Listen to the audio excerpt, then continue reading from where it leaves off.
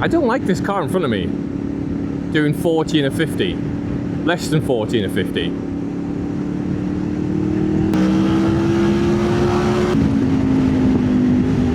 I think I broke the sign. I saw the sign and it said, "Oh, you're going too fast." I saw the sign. Do do do do do. You're going too fast. Do do do. Oh yeah! Don't look at the crack of my arse. Although I think that that little spot, that little left-hand bend, or right, depending on what direction you're travelling, has seen quite a few accidents in the past. I believe there was someone from my high school that passed their test, got themselves a little Mini, and then slammed it right into a Porsche. I mean, if you're gonna do it, go big. Do you know what I mean? Go big or go home. Majestic. It's the last bloody word I'd use. More like tragic. What were you doing with your indicators indicating to turn right round the roundabout, and you probably went straight, and you're just confusing people? I don't know why you're doing it. Oh, he's tailgating. He's tailgating. I saw him do it. What's this Tesla doing? Tesla, EV Audi. I mean, that's dominance. Twice as pretentious. Look at that little beast. I don't know what kind of car that was, but it looked cool, didn't it? Not doing very well in the whole trying not to use too much fuel up at all. It's almost as if I'm trying to see whether I can get my fuel light to come on before I get home. I mean, that's the big problem in it, because you go like, oh, you know, bikes, they're sort of so economic, so eco-friendly. Get a bike, save some cash. I mean, you can, can't you? You can do motorcycling on a budget. I mean, like a 125 or a decent like 250 will probably give you quite a few thrills without so many spills.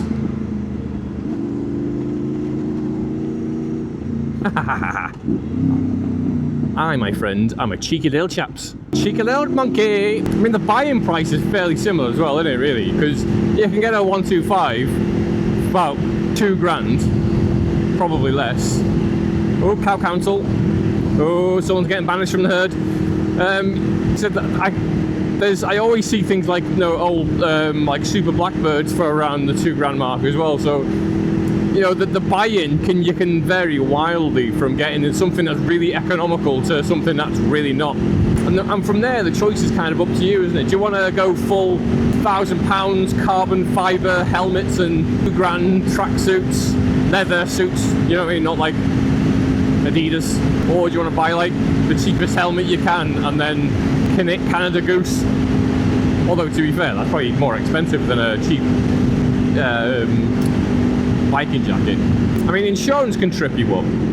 That is the one thing, really, because insurance companies, being absolute robbing bastards, they will fleece you, and there's nothing you can do about it. I actually was looking when I was like doing my test, looking at prices like for certain like 125s and stuff like that. Ooh, look at that. The insurance was more to get a full license but have a 125 than a full license and a higher CC bike. Bizarre. So cheap enough buy-in. Wanker! Cheap enough to buy in. You don't need to spend a fortune on gear. You can have relative thrills and spills without so many spills. I mean, I'd say even like a, you know, it was like a Ninja, because I was looking at like Ninja 250s for a commuter, something that was like not something that was economical but more fun, if you know what I mean. The reason I didn't go down that road, right, was an absolute lie told by one of the instructors. But right, essentially what she said was, like, just get a bigger bike, because going 30 miles an hour on a 600 is going to have a similar amount of fuel to going 30 miles an hour on like a 250 or something. Right? I knew that was a lie when she said it. However, I was like, oh yeah, but you know, I can just like gaslight myself into thinking that it's true. But you don't use as much fuel on a 600 doing like normal speeds, right? But who does that? Who gets like a sport bike and then does normal speeds everywhere? No one does. No one I want to speak to anyway. You boring fucks. You boring speed limit following fucks. Sometimes wonder how I have any subscribers at all. Still true. Still true though. You know, it confuses me though, really, that surely there should be more young bikers out there. That's the only thing that I don't quite understand. Because your wait time from having no license and transportation to having a CBT and a cheap runaround bike that isn't going to cost you like a massive amount to insure, right? That time is substantially shorter than if you were to try and get like a provisional, go from no license to provisional, and then you'll do your driving tests or whatever. Even if you're going to go the shorter route, which is the automatic, I think, which is like the test times are shorter, and the insurance is through the roof as well, isn't it? I mean, I don't know how much like a 16, 17-year-old is expecting to pay for it, like a 125 insurance in this day and age, but surely it's cheaper than like even like the lowest of CCs of a car. Do you know what I mean? Like a less than a 1 litre car, and yet for some reason people would rather do that. I mean, I do understand like there's I can stick all my mates in the oh, nice bikes are out today. I mean, miserable fuckers, but nice bikes out today. Yeah, even if you're going to go down the like sort of, I want to put all my friends in the car. No, you don't. I mean, you think you do until you realise that one, you don't get to drink and have fun anymore, and you are just the guy with the car. There was a time many moons ago we made friends with someone because he had a car, and we destroyed that car because we were all drinking, and he was we were like, oh, we need some more vodka, give us your keys, and he did, and then we drove it into a pond. Fucking idiot. What was I saying? Oh yeah, don't give drunk teenagers keys to your car, idiot. In person, I would have thought it would have been much more fun to have like a gaggle of you all on bikes, even scoots. People sleep on the scoots, but they're about just as fast, if not faster, than like a geared 125.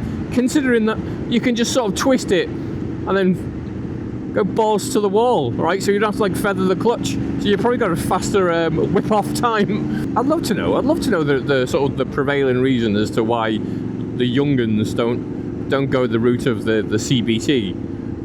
Even if you're not going to go on from there to get your big license, your big boy license or whatever, surely that's a more preferable route, quicker and cheaper to get yourself mobile than it is to fuck around with £1,000 worth of lessons and then like a year-long wait for your test. Maybe there's a stigma. I know, because a lot of young people that have the 125, like, what are you doing? There's literally no one coming. Yeah, a lot of the young people that have 125s on the CBT also deliver food. So maybe there's the stigma. I don't know. Maybe have like the L plates on the bike, which I think is dumb and doesn't make any sense at all, really. Maybe you don't want that. Maybe you just want like your full license. You don't have to dick around on 125s. But I mean, what's the most the CBT is going to cost? About 150. You can probably pick up a 125 for a grand and a half. You know, if you're not too fussy. If you are fussy, $2,000. You know what I mean, for something that's decent. I mean, and then all you need is a helmet, and you're away, mate. You're away. I'd advise more gear, obviously. Look at him, loaded for bear. What do you reckon, probability-wise, of those panniers being absolutely empty? I'd say 90%. 90% sure that those are empty panniers. Nice little clear day, isn't it? You can see all the way to Blackpool, look. I mean, I don't know whether that comes across in the camera.